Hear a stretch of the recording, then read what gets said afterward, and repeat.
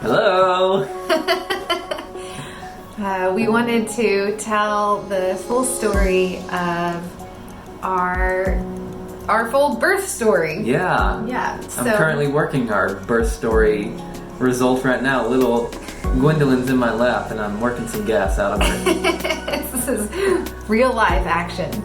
She was born 11 days ago, but the story really starts the day before, so it's May 25th, when I didn't realize that I was actually going into labor.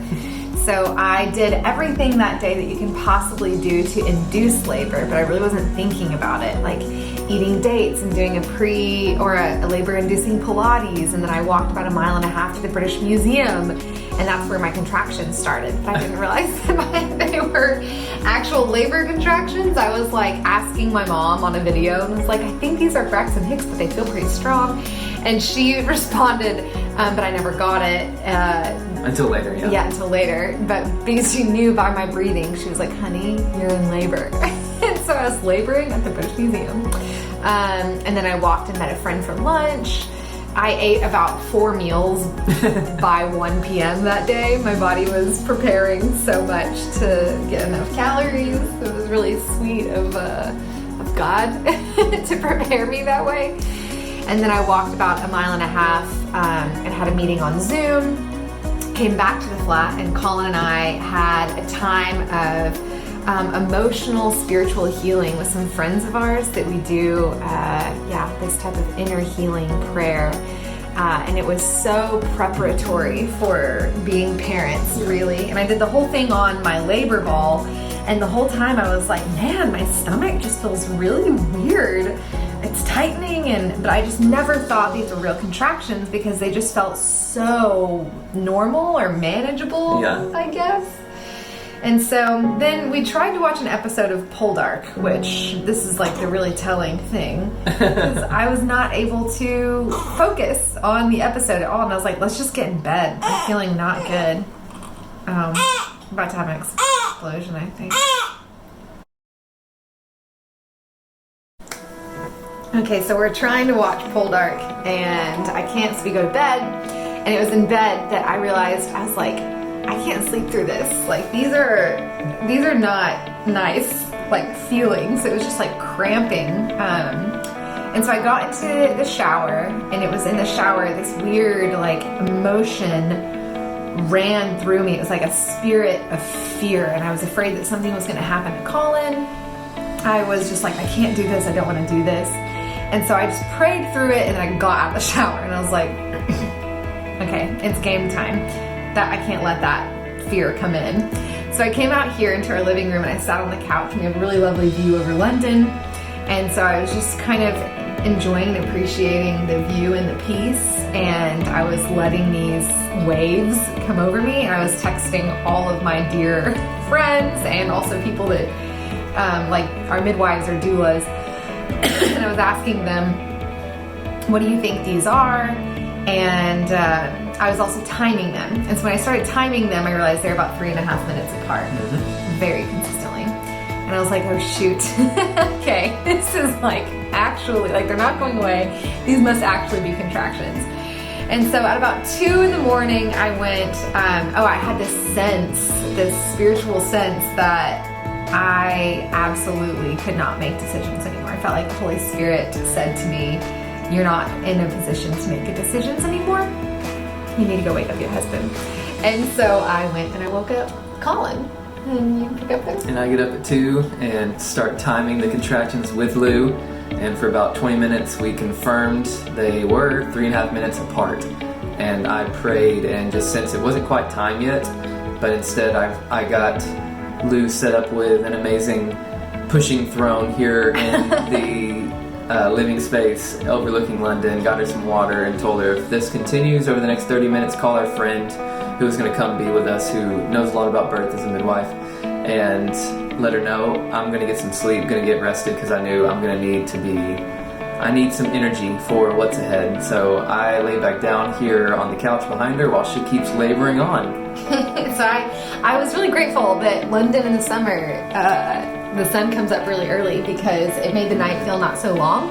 And so I watched the sun come up, and I was still texting friends, and in between contractions, there was so much peace. I was really surprised that it was such reprieve between contractions, but they were getting to the point where during the contractions I had to close my eyes, and that was like a marked moment for me. I realized I can't even look out the window when they're coming over me. And so I knew they were getting more serious. And about 5 a.m., Colin... 6 a.m. I woke up. 6 a.m. Colin wakes up, and I was glad that he slept. I knew that was the right decision, and I was honestly in a lot of peace looking out the window and watching people go about their day. And then when he got up, he knew it's time to call our friend Frances to come. And so she hops on a train. She's about 2 hours away in Kent from London. And she gets on the train, and Colin and I just kind of work through the contractions until she gets here. It was simple at that point, really. Yeah. And then when she gets here... I ran down to go get her coconut water to stay hydrated. Yes, that was very important with my coconut water. Only one place open in our neighborhood at that point in time. Which I'm still surprised there was anything open at 6:30, honestly. But then he goes and gets Frances, and he comes back with like a feast to feed an army. There was I was excited. Every type of food, excited. And coffee for Frances, and croissants, and all the things. Also, the midwives, if they were to come, they would want food here. The NHS midwives. And so I'm still sitting on my throne in my little squatty position, laboring that way. When Frances comes, she gives me a big hug for a very long time. That was huge. It was very healing. It was like, it gave me strength, just that kind of care, like mother care, woman care, and I felt like we're good to go, you know? Mm-hmm. And so for the next hours, it was just kind of like the contractions would get stronger. I was really surprised because I thought they would just get harder. Oh, bless you. Oh. Bless you. Bless you. I thought that they would just get more intense, but they did. They continued to get more intense. But every now and then there would be one that wasn't so intense. So it was just manageable. The mercy of the way that our bodies are created. And then between contractions, I actually started to fall asleep. Which was amazing because I hadn't slept in well over 24 hours at that point. And so as the contractions got more intense, Colin and Frances would just do different things. They would hold my hand. That was really important for me. When they were really bad, I needed to hold both of their hands. We were moving around a little bit, tried the bed. That was a bad idea. Tried the shower. They would push on my hips. I tried in the kitchen, but ultimately my throne, like in that position, was best. However, anytime I went to the toilet and like sat down, it progressed my labor to like the most intense point. Actually, I sat, the first time I ever sat down, it gave me like a practice push contraction. It made it so intense. So I became very afraid of the toilet. The toilet became my nemesis. But I did realize that at one point, my contractions were actually getting farther apart and my labor was slowing. And the crazy thing is I actually had an appointment with my NHS midwife that day. And so Colin was like on the ready for like, do we need to call them, get them here? And the appointment was at 1:30. And so 1:30 came and passed by, and we didn't even call our precious midwife to let them know we wouldn't be coming. And you forgot one detail before this. The only time Lou cried the whole time was when we played this worship song, All Hail King Jesus by Jeremy Riddle, and she just bawled, and that was the only tears that flowed until Daisy was born.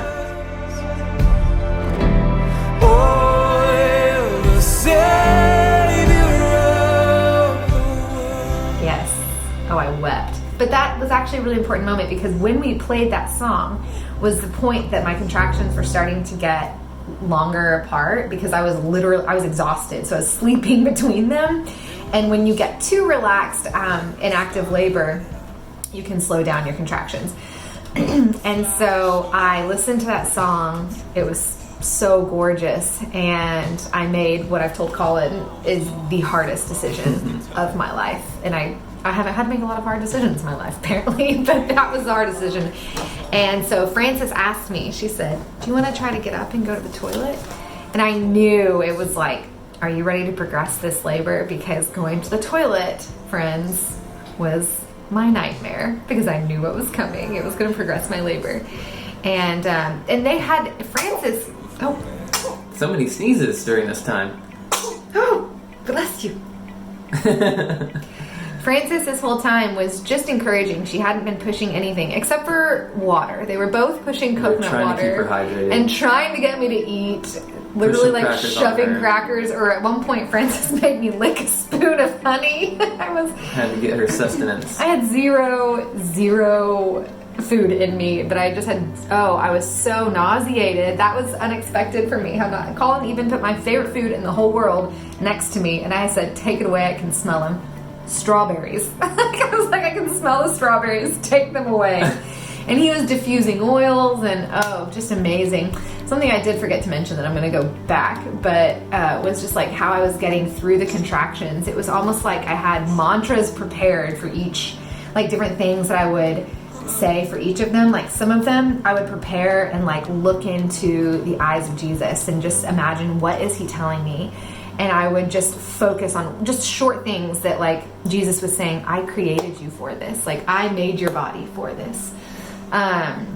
Or sometimes I would prepare for the contraction and say like, I'm a warrior. And so as the contraction would flow through, I would just repeat these things.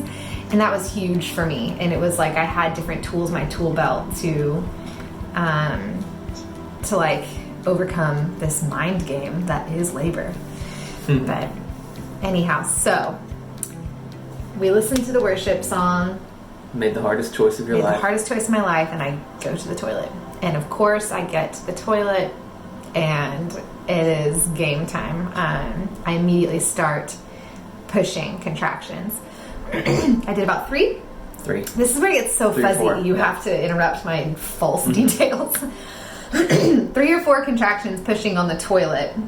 And those are no fun. And that was as many as I got out on the toilet. But also it gave me less strength because I was like, that's basically as bad as it's going to get, is on the toilet. So I moved about 3 steps to the towel rack in our bathroom, and I'm just holding on to the towel rack. It's about chest height for me.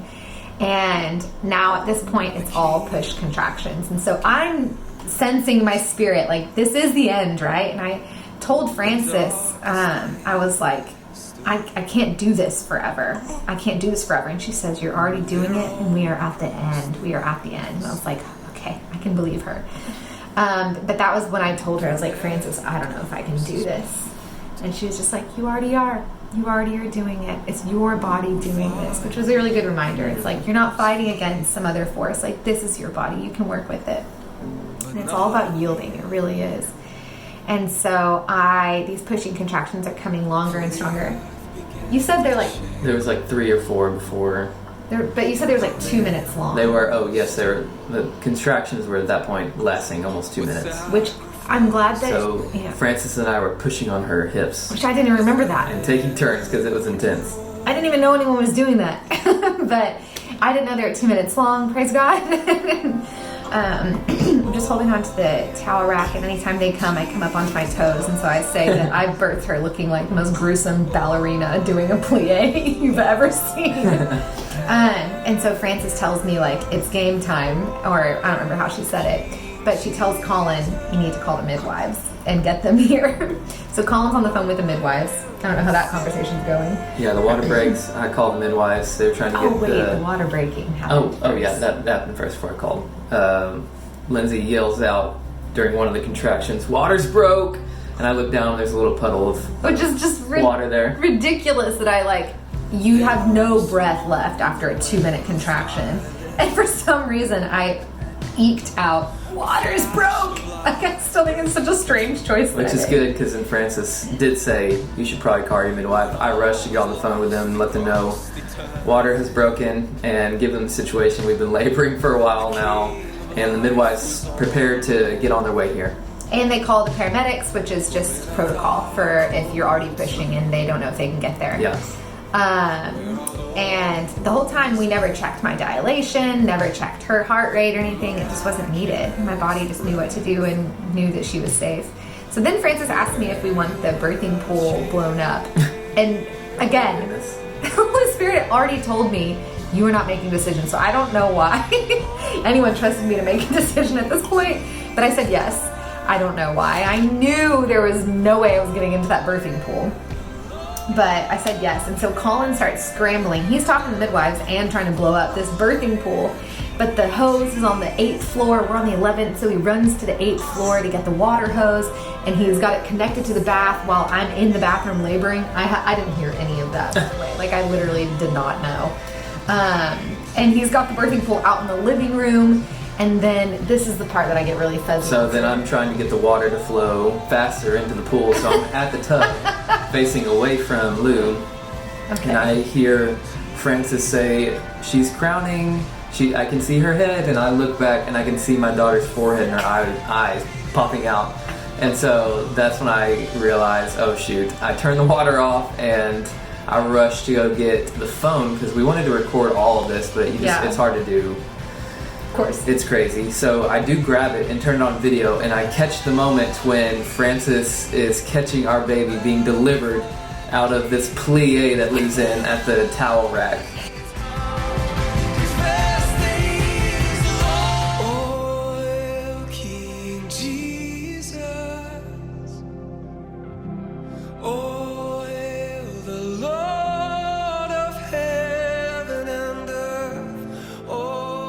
And Frances had asked me, do you want to see your baby's head? Do you want to catch your baby? And I was like, no! Because at this point, I knew, I was like, I've got one job, and I'm getting this baby out. And so I knew my next push, I'm pushing her out. Because the whole time I wasn't really sure where we were at in the labor process, which I think is actually really good. And so when I knew that, like, this is it, I was like, we're done. And so, yeah, so Colin... I get on the phone with the midwife, I video this, I get it on film.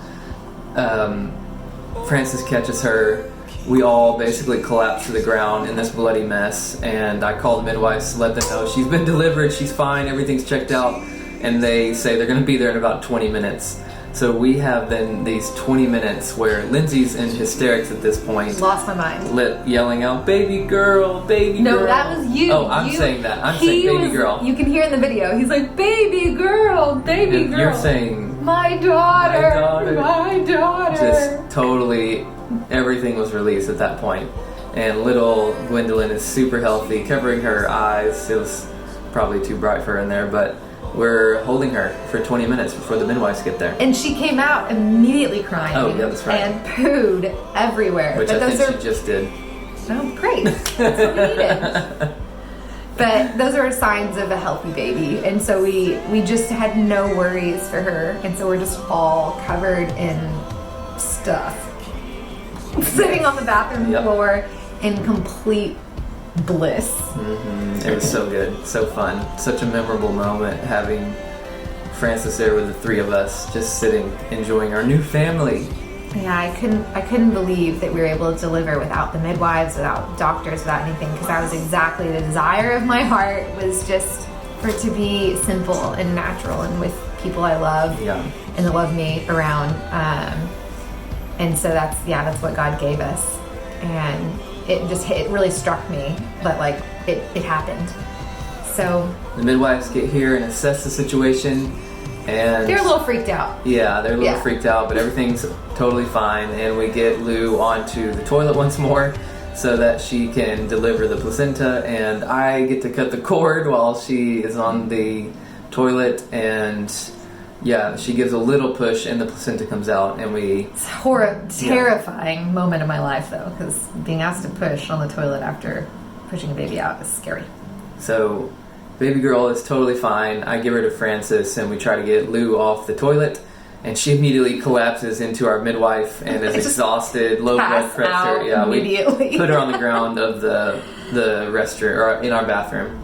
So I wake up, I'm on the ground, covered in stuff again, and I'm like, I'm tired. I heard them calling my name, and I was like, that doesn't sound familiar to me. So for the next hour and a half, they're calling the ambulance back, which they told them we didn't need, because they want to make sure that Lindsay receives the care that she needs to recover everything after the birth.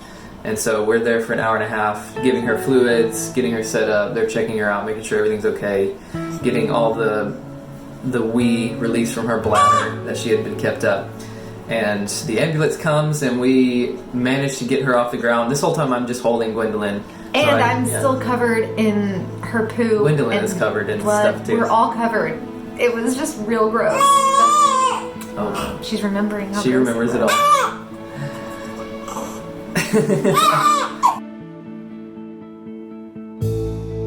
While she has the hiccups. Well, I think one thing that you forgot to mention is the reason they called the ambulance is because they assessed the situation and realized I needed stitches. Decided I needed stitches. And at this point, the midwives had brought with them gas and air, or in America we would call it laughing gas. And so I was just like pleased with anything. I mean, it's already, there's so much oxytocin going through me anyways, and I was just so happy because I was like, man, nothing matters anymore. Gwendolyn is here, Opie's here, and she's completely safe. And so I couldn't be bothered. Yeah. I was cold though. I was very cold. And then we get her strapped up into a wheelchair and take her down the stairs. And the elevator. Yeah, 12 flights of stairs. 2 women were on the elevator, and the paramedic asked them politely, could you please get off? We're in a hurry. This is an emergency. And they weren't willing to get off, and it took a while before they finally stepped off. And so that we can get on. Covered in blood. Yeah. And so we get her downstairs, get it loaded up into the ambulance. She has this big smile on her face, and we enjoyed the ambulance ride because it's the 3 of us. We're on our first ride together. Yeah, you're just like delusional how happy you are at this point, and even though you're covered in muck and in an ambulance, and I've got multiple IVs in me for some reason, and it just didn't matter. We were so happy, so pleased. So we get checked in and get settled and are just so happy to have this little girl with us, and she's super healthy and is an amazing little girl. And then eventually the surgeon comes and stitches Lou up and does a really, really great job. Yeah. And I just have to say, I was also really, really relieved at this point to just be like taken like on a gurney anywhere, because I was so exhausted and had so little energy that I was just like, sure, like take care of me, and they did. So. And I go to pick up our first meal as a family, and Lindsay's favorite meal of the year. Get her a hamburger and fries. That is not usually my favorite meal, but listen, after 19 hours of laboring, it's worth it. Yes, very much. So we had our first family meal, and then wait for a few hours. Colin was feeding me while I was feeding Gwendolyn, or trying to figure out how to. So he literally was like dropping food on our baby's head. Oops. It's hard to feed when you have a little one. We are there in that room for a few hours before Lindsay goes and takes a shower, and we get settled in, and I don't know, we're just kind of waiting to hear back from somebody. Still got needles sticking out of me that aren't connected to anything. They finally come back around midnight, and we had hoped and thought that I'd be staying the night, but we are taken to another room where she'll be overnight with Gwendolyn, and they say that I have to leave, which we were bummed about. And I was beyond bummed. Yeah, we were upset, but realized, this could probably be good, so that I can go get the murder scene cleaned up in our flat before we all come home the next day. And it was really a grace because I'm in the delivery ward, and so I'm just like in a room with a lot of other moms and babies separated by a curtain, but I got the corner room, so I got to watch the sunrise again, because you're not going to sleep your first night with your newborn. And as afraid as I was to be alone and not have Colin with me, it did end up being a blessing. So I get everything cleaned up, get flowers, get a little sign for Gwendolyn, and go back in the morning, and we're there in the morning, afternoon, doing our tests and all that good stuff, and we get discharged in the afternoon. Obviously. And 24 hours later, we are all on the bus heading back to the flat together as a family. It was amazing coming home, and there was a little sign on the door, and that flat was so clean. There's so much food. He even had some almonds dehydrating. It's just amazing to come home to, and just our little family of 3. And that's our story. That's our story. Our miraculous story of how little Gwendolyn Opal here, who is now eating her 3rd dinner of the night, came into the world, and we've been full of joy ever since. So grateful.